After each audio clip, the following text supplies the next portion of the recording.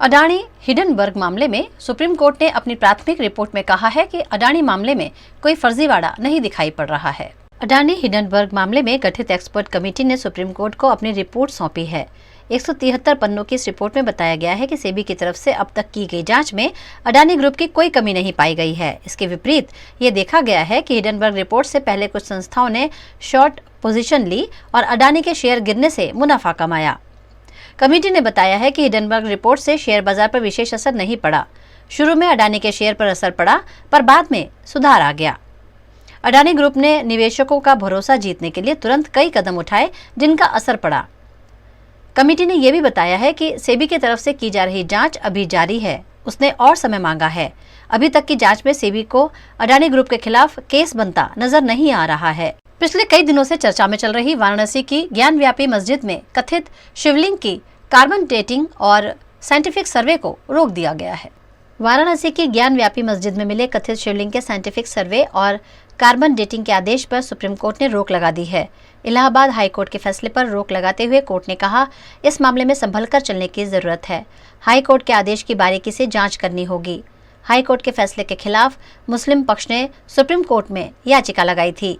ज्ञान व्यापी मस्जिद प्रबंधन समिति की तरफ से वकील हुजैफा अहमदी ने यह याचिका दायर की।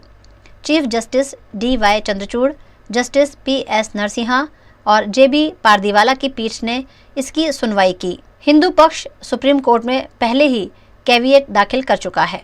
इलाहाबाद हाईकोर्ट ने 12 मई को कथित शिवलिंग की कार्बन डेटिंग और साइंटिफिक सर्वे का आदेश दिया था। हाईकोर्ट ने कहा था कि ये कैसे होगा, इस पर वाराणसी कोर्ट निर्णय लेगा। उन्हीं की निगरानी में ये काम किया जाएगा। 66 साल के बाद भारत के प्रधानमंत्री जापान के हिरोशिमा के लिए रवाना हुए हैं। इससे पहले 1957 में जवाहरलाल नेहरू हिरोशिमा गए थे। जापान के हिरोशिमा शहर में आज शुक्रवार को G7 की बैठक के लिए दुनिया की 7 कथित बड़ी अर्थव्यवस्था के नेता एक मंच पर जुटे हैं।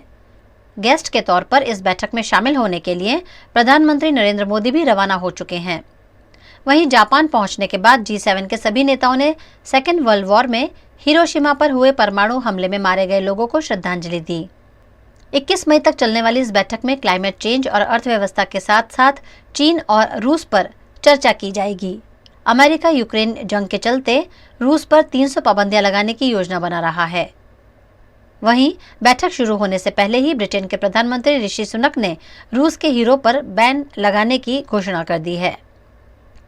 इसके अलावा ब्लूमबर्ग की रिपोर्ट में दावा किया गया है कि यूक्रेन के राष्ट्रपति जेलेंस्की भी इस बैठक में शामिल होंगे। 66 साल बाद ये पहला मौका है जब भारत का कोई प्रधानमंत्री जापान के हिरोशिमा शहर पहुंच रहा है। जवाहरलाल नेहरू 1957 में हिरोशिमा गए थे और अब 66 साल बाद प्रधानमंत्री मोदी वहां पहुंचे हैं। गुजरात के वडोदरा के तरसाली में पानी की लाइन में जमीन में उतरकर काम करते वक्त कामदार पर मिट्टी ढह जाने से कामदार की मौत हुई है। वडोदरा के तरसाली में 45 वर्षीय हीरालाल पासी नवनीत पार्क सोसाइटी में कॉरपोरेशन की पानी की लाइन के लिए जमीन की खुदाई कर रहे थे। उस वक्त उन पर मिट्टी गिर गई, जिसकी वजह से वे बेहोश हो गए। उन्हें फौरन अस्पताल लाया गया, लेकिन उन्हें मृत घोषित कर दिया गया। संसाधनों और सुरक्षा के अभाव में काम करने वाले इस कर्मचारी की मौत पर कई सवाल उठ रहे हैं और कॉन्ट्रैक्टर से मुआवजा मांगा जा रहा है। वो तो खाड़ा अंदर काम करता था तो ऊपर माटी पड़ी धड़ी तो आखू दबाई गया ने काढ़ता काढ़ताમાં તે અંદર ડેથ થઈ ગયું।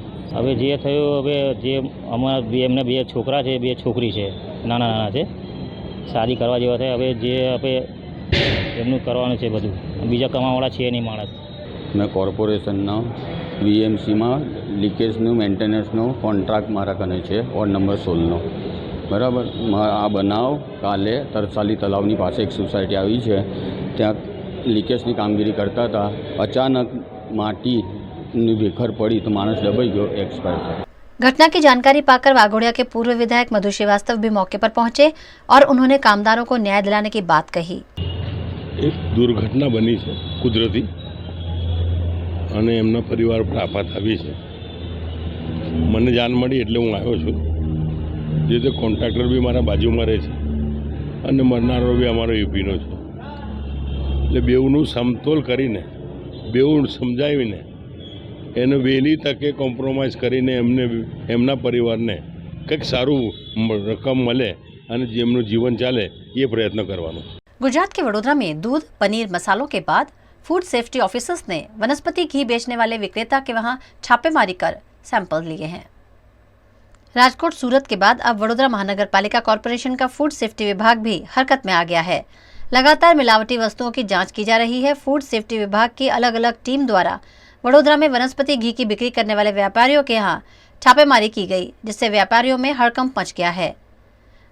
वडोदरा में वनस्पति घी 180 रुपये प्रति किलो बिकता है, लेकिन उसमें भी कुछ व्यापारी मिलावट करते हैं। पत्थर गेट इलाके में वनस्पति घी के विक्रेता कन्हैयालाल गांधी की दुकान पर कॉर्पोरेशन ने छापेमारी कर 20,000 की कीमत का 150 किलो से ज्यादा घी जब्त कर सैंपल जांच के लिए भेज दिए हैं।